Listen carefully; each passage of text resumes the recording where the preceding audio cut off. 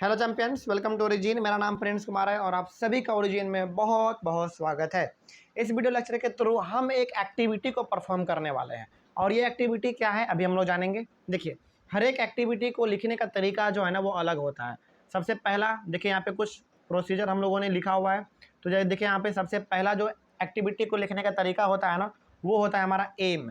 M में हम लोग वो लिखते हैं कि आखिर इस एक्टिविटी से आप दिखाना क्या चाहते हैं, आप साबित क्या करना चाहते हैं, ठीक है। उसके बाद थिंग्स रिक्वायर्ड में हम लोग लिखते हैं कि उस एक्टिविटी को करने के लिए आपको किन किन चीज़ों का ज़रूरत पड़ सकता है, ठीक है। उसके बाद फिर मेथड में हम लोग लिखते हैं कि आखिर आप उस एक्टिविटी को परफॉर्म कैसे करेंगे, मेथड क्या होना चाहिए। उसके बाद ऑब्जर्वेशन में हम लोग लिखते हैं कि आखिर उस एक्टिविटी से आपने ऑब्जर्व क्या किया, आपको सीखने को क्या मिला, ठीक है। तो आप जो भी एक्टिविटी लिखेंगे आने वाले समय में आप इसी प्रकार से लिखेंगे। सबसे पहले एम, उसके बाद थिंग्स रिक्वायर्ड, उसके बाद मेथड, उसके बाद ऑब्जर्वेशन। तो हम लोग देखते हैं कि आखिर इस एक्टिविटी से हम लोग क्या साबित करना चाहते हैं। सबसे पहला एम क्या है, to observe the process of sprouting. Sprouting क्या है समझते हैं। जैसे देखिए, आपके घर में कभी ना कभी कहीं ना कहीं आपके मम्मी पापा, दादा दादी, नाना नानी या फिर कोई भी चाचा चाचा, मामा मामी, कोई भी एक बार जरूर चना को फुला के उसको कपड़े में बंद करके उसको 1 दिन या फिर 2 दिन के लिए ज़रूर रखा होगा। और आपने गौर भी करा होगा कि उस चने में से एक वाइट वाइट कलर का प्लांट निकलना शुरू हो जाता है ना। तो वो जो प्लांट आपको निकलता हुआ नज़र आ रहा है ना, वही हमारा प्रोसेस कहलाता है स्प्राउटिंग का। तो आई होप आपको समझ में आ गया होगा। एक बार फिर से बता रहे हैं कि स्प्राउटिंग हमारा क्या है। स्प्राउटिंग एक ऐसा प्रोसेस है जिसमें हमारा क्या होता है ना कि चना को हम लोग 1 दिन पहले क्या करते हैं, फुलाते हैं, उसको पूरा रात भर छोड़ देते हैं, वो फूल जाता है। फुला लेने के बाद एक साफ़ सुथरे कपड़े में हम लोग उसको बांध के 1-2 दिन के लिए रख देते हैं। उसके बाद फिर 1-2 दिन रखने के बाद हम लोग जब उसको खोलते हैं तो उस चने में से छोटा छोटा प्लांट हमारा निकलता हुआ नज़र आता है। तो वही हमारा हो गया प्रोसेस स्प्राउटिंग। और ये चना में भी होता है, फिर से मूंग में भी होता है ना, दोनों चीज़ में होता है। ठीक है, आगे बढ़ते हैं। फिर ये हमारा एम है इस एक्टिविटी को करने का। हमारा मकसद क्या है, प्रोसेस ऑफ स्प्राउटिंग को समझना है कि आखिर वो निकलता कैसे, वो प्लांट हमारा छोटा मोटा निकलता कैसे, वाइट कलर का जो रहता है देखने में कैसे निकलता है, उसी को हम लोग आज पढ़ेंगे। तो क्या क्या ज़रूरत हमको पड़ सकता है, हमको पड़ सकता है handful of whole green gram, यानी कि मूंग। आप मूंग के साथ भी कर सकते हैं या फिर आप चना के साथ भी कर सकते हैं। तो आपको हैंडफुल का मतलब हो गया कि एक मुट्ठी आप क्या लीजिए, मूंग ले लीजिए, या फिर आपके पास चना है तो एक मुट्ठी आप चना ले लीजिए। पहला ये हो गया। उसके बाद एक साफ़ कपड़ा ले लीजिए, पीस ऑफ क्लॉथ, यानी कि साफ़ सुथरा कपड़ा होना चाहिए। उसके बाद वाटर ले लीजिए। इन इन चीज़ों का आपको यहाँ पे ज़रूरत पड़ने वाला है। उसके बाद फिर मेथड क्या है, मेथड क्या देखते हैं कैसे आप लोग करेंगे इस एक्टिविटी को।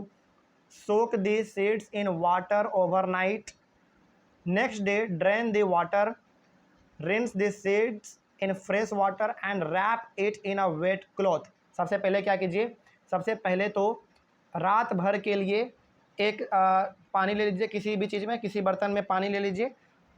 पानी लेने के बाद उसमें क्या कीजिए, रात भर के लिए, यदि आप मूंग ले रहे हैं तो मूंग को लीजिए, या फिर आप चना ले रहे हैं तो चना को ले लीजिए। तो रात भर आप क्या कीजिए, उसी पानी में उसको डुबो के रख दीजिए।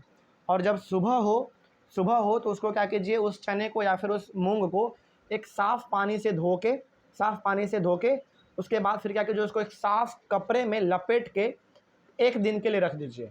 1 दिन के लिए रख दीजिए, वही हमारे यहाँ पे मेथड में लिखा हुआ था।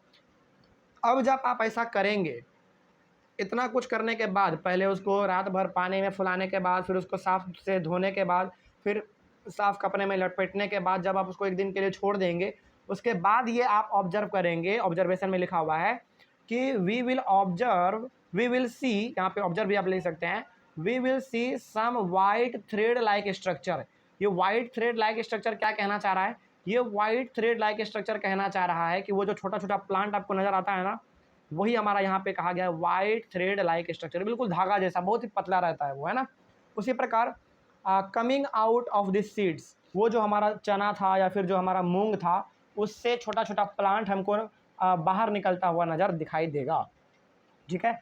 दीज आर स्प्राउटेड सीड्स, मतलब ये हो गया कि वो जो सीड है वो पूरा तरीके से स्प्राउट हो गया, यानी कि उससे पूरी तरीके से प्लांट निकल चुका है, यानी कि वो फूट चुका है, ठीक है। This process is known as sprouting, और यही हमारा पूरा प्रोसेस कहलाता है स्प्राउटिंग का। तो यदि कोई पूछे बेटा स्प्राउटिंग हमारा प्रोसेस क्या है, तो आपको बताना पड़ेगा कि अंकल जी देखिए, जब हम लोग क्या करते हैं ना, चने को धो के या फिर मूंग को धो के एकदम रात भर उसको हम लोग फुला देते हैं। पहले फुला देने के बाद उसको साफ़ पानी में धो के, साफ़ कपड़े में लपेट के 1 दिन के लिए जब हम लोग उसको छोड़ देते हैं, तो उससे जो हमारा छोटा-छोटा प्लांट निकलता हुआ नज़र आता है, ये हमारा प्रोसेस कहलाता है स्प्राउटिंग का। आई होप आपको ये समझ में आ गया होगा। और ये स्प्राउटिंग प्रोसेस आप मेनली अपने घर में भी देखते होंगे। यदि आपने नहीं करा है तो इस चारों प्रोसेस को आप फॉलो करके आप ये चीज़ कर सकते हैं। यदि आपको नहीं भी आता है तो आप अपने मम्मी पापा या फिर कोई भी आपसे यदि बड़े हैं तो उसका आप सपोर्ट ले सकते हैं, आप उनसे हेल्प ले सकते हैं, ठीक है। तो ये आपको एक्टिविटी कराया गया और आपके ये एनसीईआरटी में भी मेंशन था, तो ये करना ज़रूरी था, ठीक है। और ये बहुत ईजी भी है। आई होप आपको ये समझ में आ गया होगा। नेक्स्ट क्लास में हम लोग पढ़ेंगे व्हाट डू एनिमल्स ईट। अब हम लोग ये समझेंगे कि आखिर जानवर क्या खाते हैं। हम लोग तो ये जान गए कि हम लोग चावल, दाल, सब्जी, रोटी, लिट्टी, ये सब चीज़ हम लोग खाते हैं, है ना। लेकिन अब ये समझेंगे कि आखिर जानवर क्या खाएगा, ये हम लोग नेक्स्ट क्लास में देखेंगे। आई होप आपको ये समझ में आ गया होगा। Thank you very much and have a nice day.